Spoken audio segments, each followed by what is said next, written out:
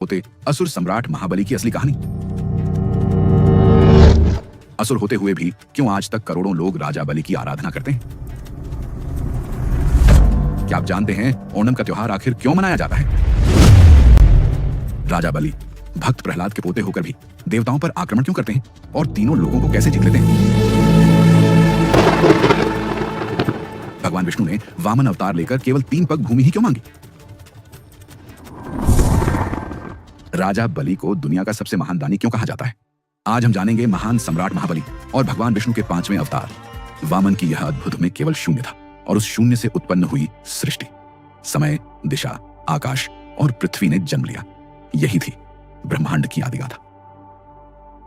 पृथ्वी की गोद से जन्म लिया हर जीव ने और इसी से शुरू हुआ देव और असुरों का युग। ब्रह्मा के मानस पुत्र आर्षि कश्यप, जिनके वंश से ही देवताओं और असुरों की कहानी शुरू हुई। आर्षि कश्यप की पत्नियां कई थीं, परंतु उनमें 2 प्रमुख, अदिति और दिति।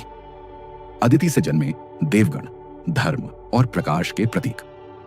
दिति से जन्मे दैत्य, बल और प्रतिशोध के अवतार। इसी एक वंश से निकलकर देव और असुर 2 विपरीत धाराएं बनी, जिनके द्वंद्व ने ब्रह्मांड की गाथा को आकार दिया। अदिति देवमाता, उनकी कोख से जन्मे इंद्र, वरुण, अग्नि और अनगिनत देव, जो प्रकाश, सत्य और धर्म के प्रतीक बने। इनके हाथों में था सृष्टि का संतुलन और इनके संकल्प में था जगत का संरक्षण। दिति असुर माता, उनकी संतानें बनी शक्ति और बल की मूर्तियां। दिति से जन्मे 2 असुर भाई, हिरण्याक्ष और हिरण्यकशिपु।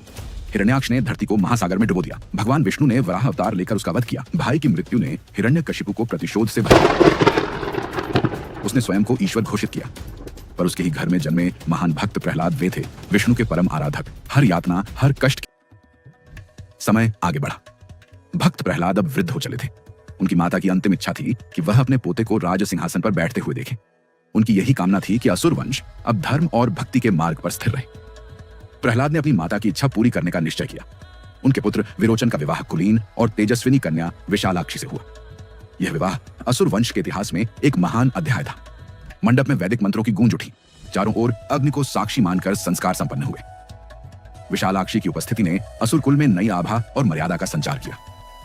और फिर उस पावन घड़ी में एक तेजस्वी बालक का जन्म हुआ। उसका मुखमंडल चंद्रमा सा उज्ज्वल था। आंखों में करुणा और साहस की चमक थी और पूरे शरीर से अलौकिक तेज झलक रहा था। असुर वंश में आनंद की लहर दौड़ गई। नगाड़ों की गूंज उठी। वेद मंत्रों का उच्चारण होने लगा। जन्मोत्सव के उस पावन क्षण में सम्राट विरोचन ने आदरपूर्वक अपने गुरु शुक्राचार्य को बुलाया। उन्होंने विनम्रता से निवेदन किया, गुरुवर, कृपा करके मेरे पुत्र को अपने आशीर्वाद से अलंकृत करें। शुक्राचार्य आगे बढ़े और नवजात शिशु को अपनी गोद में उठाया। ध्यानमग्न होकर उन्होंने गहन दृष्टि डाली और आशीर्वाद दिया, यह बालक असुर वंश का गौरव बनेगा। यह कोई साधारण आत्मा नहीं है। यह आगे चलकर तीनों लोकों पर राज्य करेगा। समय की धारा आगे बढ़ रही थी। इसी बीच महाज्ञानी शुक्राचार्य ने अपने ध्यान और ज्योतिष साधना में एक गूढ़ संकेत पाया। उनकी दृष्टि में स्पष्ट हुआ कि विरोचन की जीवन रेखा क्षीण है। उसके ऊपर अकाल मृत्यु का गंभीर साया मंडरा रहा है। राजन, तुम्हारे जीवन पर घोर संकट आने वाला है। इससे बचने का केवल एक ही उपाय है। तुम्हें हिमालय की गोद में जाकर 10 वर्षों तक कठोर तप करना होगा। केवल वही तप तुम्हें मृत्यु से रक्षा देगा। शुक्राचार्य की चेतावनी के बाद विरोचन हिमालय की ओर प्रस्थान की तैयारी करने लगा। उसका हृदय भविष्य की अनिश्चितता से भरा था। तो सम्राट विरोचन हिमालय की कंदराओं में चला गया। कड़कड़ाती ठंड, प्रचंड हवाएं और बर्फ की चट्टानों के बीच उसने वर्षों तक घोर तपस्या की। 10 वर्षों तक वह निर्विकार खड़ा रहा, न भूख की परवाह की, न नींद की। आखिरकार उसकी तपस्या से प्रसन्न होकर सूर्यदेव प्रकट हुए। उनकी आभा से समस्त हिमालय आलोकित हो उठा। सूर्यदेव ने कहा, विरोचन, तेरे धैर्य और तप से मैं प्रसन्न हूं। उन्होंने अपने तेज से निर्मित एक दिव्य मुकुट प्रदान किया और आशीर्वाद दिया, जब तक यह मुकुट तेरे मस्तक पर रहेगा तुझे कोई परास्त नहीं कर पाएगा।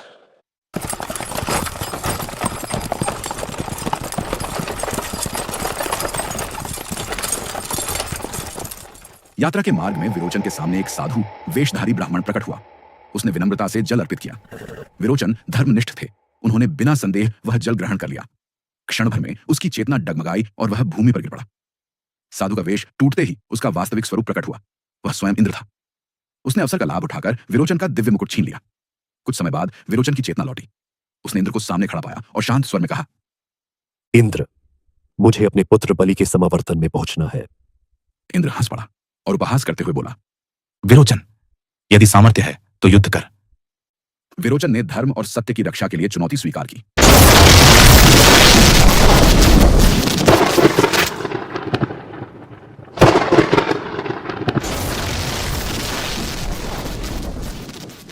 परंतु मुकुट के बिना उसकी शक्ति क्षीण हो चुकी थी। इंद्र ने छल और बल दोनों से आक्रमण किया और अंततः विरोचन भूमि पर गिर पड़ा। किंतु इंद्र की निर्दयता यहीं समाप्त नहीं हुई। तेरा अंत यहीं होगा। तेरे पिता की भांति तुझे भी अग्नि में भस्म कर दूंगा। वह बलि के शरीर को नष्ट करने ही वाला था कि आकाश से शंखनाद गूंज उठा। दिव्य आभा फैल गई और स्वयं भगवान विष्णु प्रकट हुए। उनका स्वर दिशाओं में गड़गड़ाहट की तरह गूंजा। इंद्र, तूने मेरे प्रिय भक्त का वध छल से किया है। क्या यही तेरा सामर्थ्य है? आचार्य ने जब देखा कि सम्राट महाबली का तेज और सामर्थ्य दिन प्रतिदिन बढ़ रहा है, उन्होंने दिव्य यज्ञ किया। वेद मंत्रों की गूंज और तप की अग्नि से प्रकट हुआ एक अजेय रथ, स्वर्ण और रत्नों से जड़ा, अपराजेय कवच से घिरा हुआ, जिसके पहियों की गर्जना आकाश को हिला देती थी। इस रथ पर आरूढ़ होकर कोई भी शत्रु तुझे पराजित नहीं कर पाएगा। जब सम्राट महाबली उस दिव्य रथ पर सवार हुए तो मानो तीनों लोग उनके संकल्प के आगे झुक गए। उन्होंने अपनी संगठित सेना के साथ स्वर्ग पर चढ़ाई की। युद्ध छिड़ा, देव सभा कांप उठी। इंद्र ने अपने वज्र से